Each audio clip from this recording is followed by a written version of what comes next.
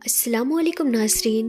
प्यारे नाज़रीन, आज की इस वीडियो में हम आपको एक बादशाह की 7 बेटियों का एक ऐसा वाक़या बताने वाले हैं कि जिसको सुनकर आप भी हैरान रह जाएंगे और आपका अल्लाह पर भरोसा मजबूत हो जाएगा।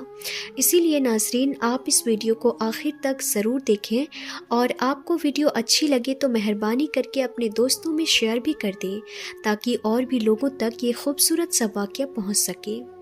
तो चलिए नाज़रीन, वाक़ये को शुरू करते हैं। नाज़रीन, एक बादशाह की 7 बेटियां थीं। एक दिन बादशाह बहुत खुश हुआ और अपनी 7 बेटियों को बुलाकर पूछा कि मैं तुमसे एक सवाल पूछूंगा और अगर जवाब अच्छा लगा तो तुम्हें तुम्हारा मनचाहा इनाम भी दूंगा। सभी एक लाइन में खड़ी हो जाओ और एक एक करके बताओ कि तुम किसका दिया हुआ खाती हो और किसका दिया हुआ पहनती हो।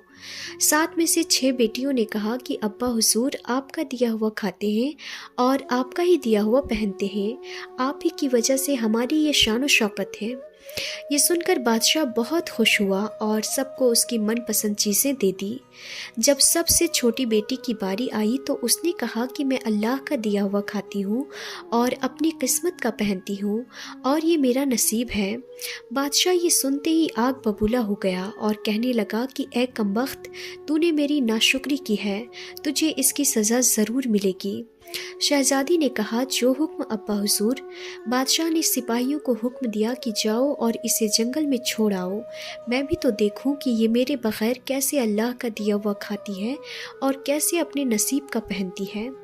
शहजादी से तमाम जेवरात वापस ले लिए गए और पुराने कपड़ों में बगैर किसी सामान के बादशाह के हुक्म के मुताबिक जंगल में अकेला छोड़ दिया गया।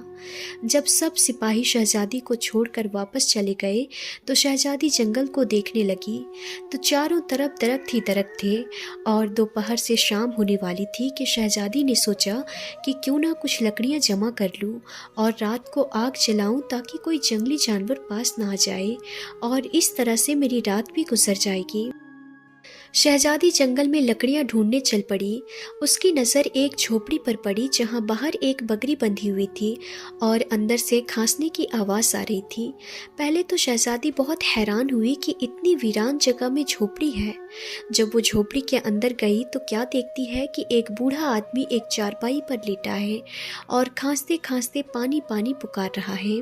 शहजादी इधर उधर देखती है तो कोने में एक पानी का घड़ा पड़ा हुआ था।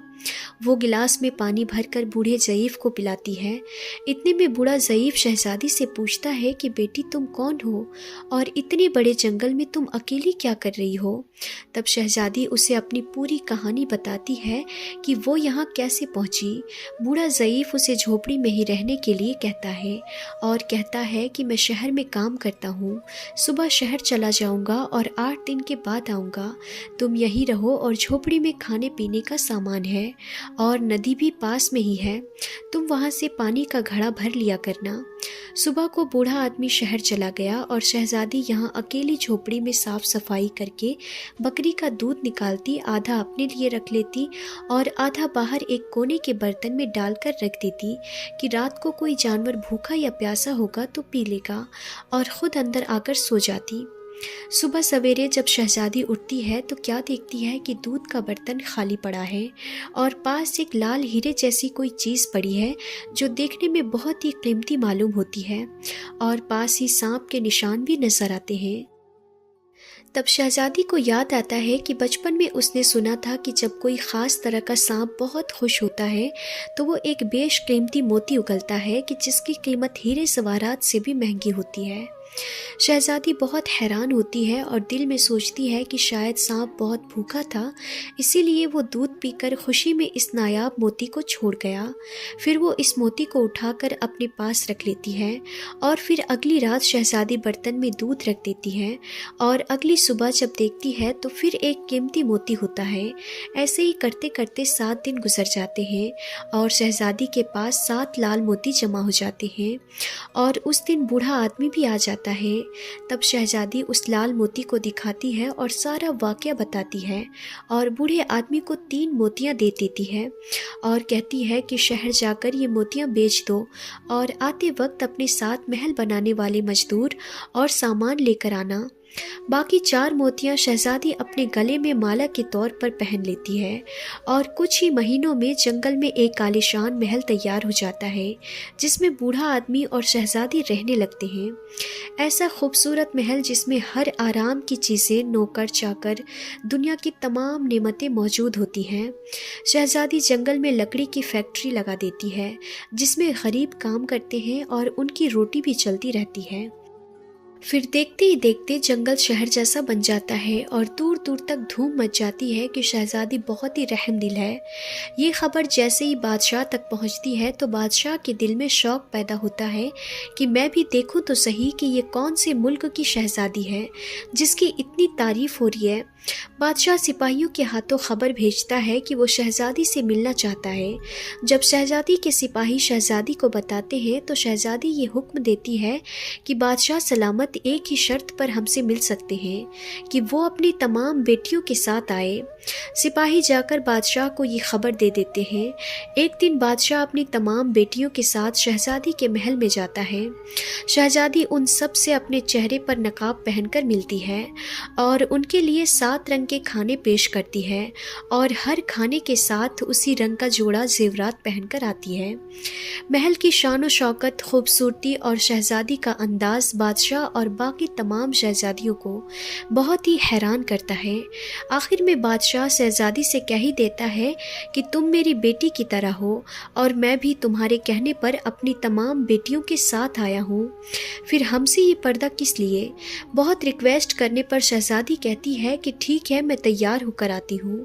फिर सब शहजादी आपस में कानाफूसी करने लगती है कि इतनी तो तैयार है, इतने महंगे महंगे जेवरात पहने हुए हैं, अब और कितना तैयार होकर आएगी।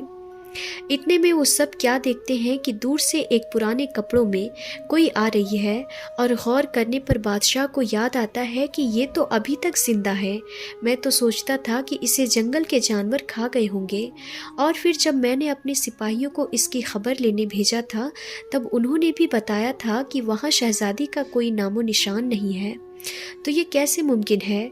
फिर बादशाह खुशी से झूम उठता है और अपनी बेटी से कहता है कि जाओ और जाकर शहजादी को बुलाओ। मैं तुम्हें शहजादी से आज़ाद करवा के ले जाऊंगा, चाहे वो तुम्हारी कीमत में मेरी सारी बादशाहत मांग ले। ये सुनते ही शहजादी बोलती है, नहीं अब्बा हुजूर, मैं ही वो शहजादी हूँ।